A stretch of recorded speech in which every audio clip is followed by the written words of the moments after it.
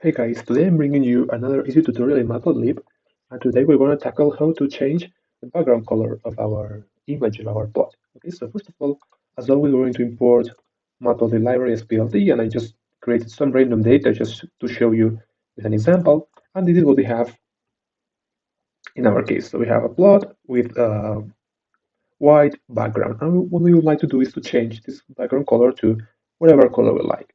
So in order to do so, the fastest way and the way we can just with a few changes is by creating an axe. Okay, so in this plot is the same code as before. We just need to add the axe, this matplotlib.access, and then here we can set the argument of face color. Okay, so we have set face color, and now here we can just input the color we want. Maybe we want just sky blue, for instance. Sky blue. You can, here can just use RGB hexadecimal colors, whatever color parameter you like.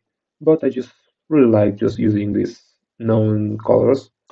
So this is just what it does. With just this simple line of code, we create an axe that is just this part here on the plot that specifies all the figure, and we add the face color to it. But however, maybe some of you do not like this change of using access and PLT and this of that, so you can also just reformulate or rewrite this piece of code all axe oriented. So this is what you need to do.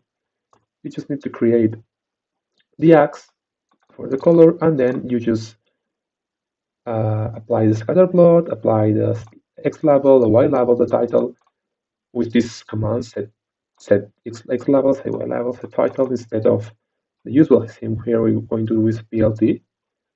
So this is more just standard way to do it if you just want to work with access. So you have it. You just can change the color here to whatever you want, and you can play with that. And I think it's pretty easy to do, and you can get very much more interesting results than having a white background. So I hope you guys find this helpful. Leave me in the comments if you have any doubt. I will try to answer it as fast as possible. And see you in the next tutorial.